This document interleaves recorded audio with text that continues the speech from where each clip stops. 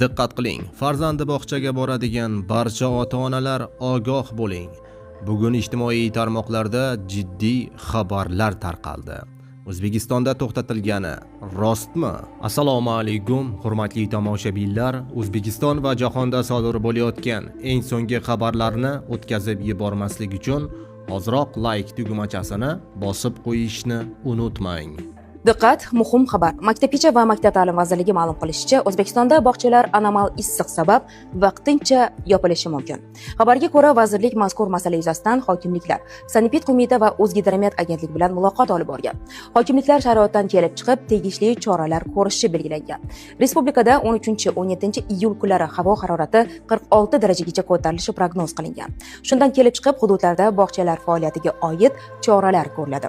Favqulodda vaziyatlar vazirligi ham odamlarni bugundan, ya'ni 13-iyuldan boshlanayotgan issiqdan qat'iy ogohlantirdi. To'y va boshqa tadbirlarni imkon bo'lsa 10-15 kundan keyinroqqa qoldiring. Issiqdan yosh bolalar, bemorlar va yoshi katta insonlarni ehtiyot qiling. Imkon qadar ko'proq suv iching va ochiq quyosh ostida qolmang. Eslatib o'tamiz, yurtimizdagi issiqli kunlar 17-iyulga qadar davom etishi prognoz qilingan. Hurmatli tomoshabinlar, kanalimizga obuna bo'lib, like tugmachasini ham bosib qo'yishni unutmang.